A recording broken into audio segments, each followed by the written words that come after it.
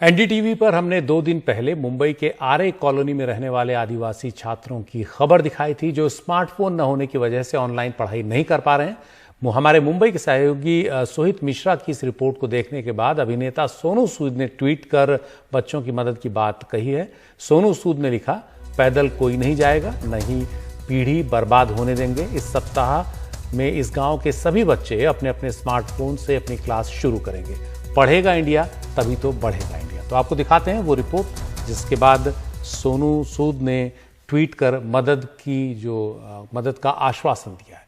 देखते हैं रिपोर्ट। मुंबई के बीचों बीच बसे आरे में रहने वाली कविता बरब ने कभी पढ़ाई नहीं की, पर वो चाहती हैं कि उनकी बेटी खूब पढ़े। बेटी का नाम शिक्षा रखा।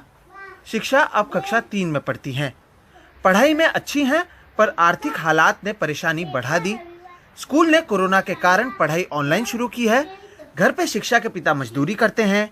इतने पैसे नहीं हैं कि स्मार्टफोन ले सकें, इसलिए अब शिक्षा की पढ़ाई रुक गई है।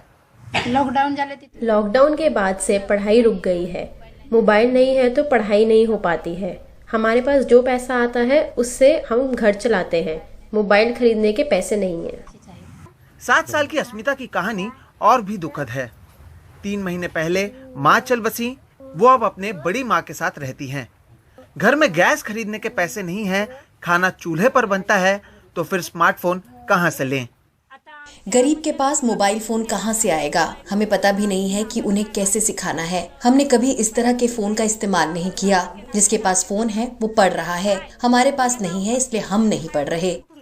कक्षा 9 में पढ़ने वाले विक्की की माँ आरे में ही खेती का काम करती हैं और लकड़ी काट कर बेचती हैं। उनकी कहानी भी ऐसी ही है। साहिल के पास फोन जरूर है, पर घर में 2 भाई हैं और फोन एक। पढ़ाई अधूरी रह जाती है। नेटवर्क की परेशानी अलग है।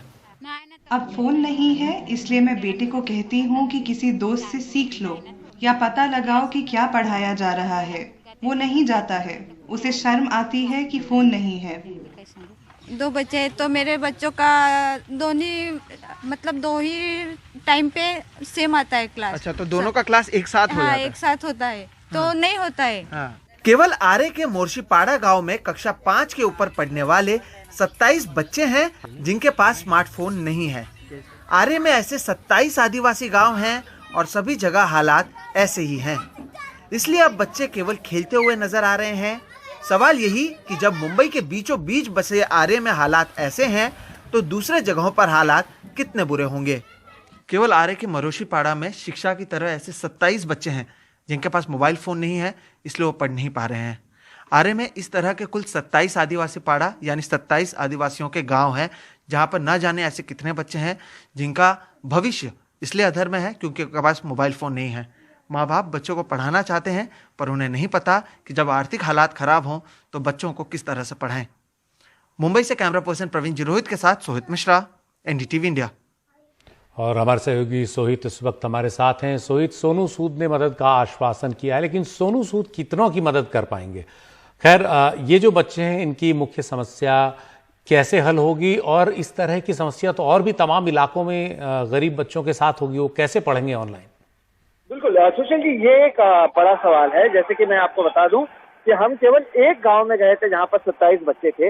इस तरह के और भी कई सारे गांव हैं जहां पर इसी तरह के हालात हैं। केवल आरे की अगर बात करें, और अगर मुंबई के बीचों बीच ये हालात हैं, तो आप सोचिए जो ग्रामीण इलाके हैं जो मुंबई के आसपास नहीं है, जहाँ पर ना सड़क सही है, ना बिजली होती है, ना लोगों के पास ज्यादा पैसा होता है, वहाँ के बच्चे किस तरह से पढ़ेंगे, ये एक अहम सवाल है। और उनके लिए क्या कोई कदम उठाया जा रहा है? क्योंकि 2 चीजें की शुरुआत की गई है, एक तो ऑनलाइन पढ़ाई की, और दूसरी जो है टीवी पर भी कहीं ना कहीं पढ़ाई कराई जा रही है। लेकिन ये भी समझना होगा कि बहुत लोग ऐसे भी हैं जिनके पास ना टीवी है, ना मोबाइल फोन है, तो उनके बच्चे इसी तरह से सड़कों पर बैठे हुए हैं। उनके पास काम नहीं है, तो घर चला नहीं पा रहे हैं, तो वो आखिर बच्चों को कैसे पढ़ाएं? तो इनके लिए प्रशासन की ओर से कुछ नहीं किया जा रहा। ये बच्चे पहले सरकारी स्कूल में जरूर पढ़ते थे, लेकिन अब स्कूल बंद है तो इनके पास वहां जाने का जो पढ़ने का जो एक जरिया था वो भी खत्म हो चुका है। ये एक अच्छी बात है कि सोनू सूद अब उन्होंने मदद का आश्वासन दिया है। उसके अलावा आपको मैं बता दूं, कई ऐसे भी लोग हैं जो एनडीटीवी के दर्शक हैं जिन्होंने ट्विटर और दूसरे चीजों के माध्यम से जो है मदद पहुंचानी शुरू की है। कुछ पत्रकार भी हैं जो जिन्होंने बातचीत की है और वो भी मदद पहुंचा रहे हैं। आज जो पहला फोन है वो वहां पर शिक्षा को मिल रहा है, और भी फोन आने वाले हैं, लेकिन आखिर लोग कब तक इस तरह की मदद करेंगे, ये एक अहम सवाल है। क्या प्रशासन को इसके ऊपर कोई कदम नहीं उठाना चाहिए, और जहां पर केवल हम बता रहे हैं क्या उतनी सी ही जगह पर सुविधा दी जाएगी, बाकी जगहों का क्या? तो ऐसे कई सारे सवाल सुशील जी अभी भी मौजूद हैं। बहरहाल ये अच्छी बात है कि जो एनडीटीवी के दर्शक हैं, साथ ही साथ जो सोनू सूद ने अब आश्वासन दिया है और कुछ जो दूसरे लोग हैं जो आश्वासन दे रहे हैं, उसका फायदा जरूर कम से कम इन बच्चों को होगा, और बाकी लोगों के लिए क्या किया जाएगा ये देखना अहम होगा। और केवल मोबाइल फोन की बात नहीं है, जहाँ पर ये बच्चे रहते हैं वहाँ पर इंटरनेट की सुविधा नहीं है। अगर मोबाइल फोन मिल भी जाए तो क्या हर महीने उसके इंटरनेट के डेटा भरने के लिए परिवार वाले सक्षम है या नहीं? तो ऐसे भी कई छोटे छोटी चीजें हैं जिसके ऊपर ध्यान देने की जरूरत है, और तभी कुछ हो पाएगा, वरना इस तरह के न जाने और कितने बच्चे होंगे जिनका भविष्य केवल इसलिए अधर में है क्योंकि प्रशासन ने पढ़ाई ऑनलाइन शुरू कर दी है और उन्हें नहीं पता कि अब क्या करना चाहिए। जी शुक्रिया सोहित। और ये समस्या महाराष्ट्र नहीं देश के तमाम इलाकों में है। बच्चे जिनके पास नहीं है संसाधन ज़्यादा, जिनके पास मोबाइल फ़ोन नहीं है, कनेक्टिविटी नहीं है, वो कैसे पढ़ेंगे? उनके लिए कुछ तरीका निकालना पड़ेगा इस मुश्किल वक्त में।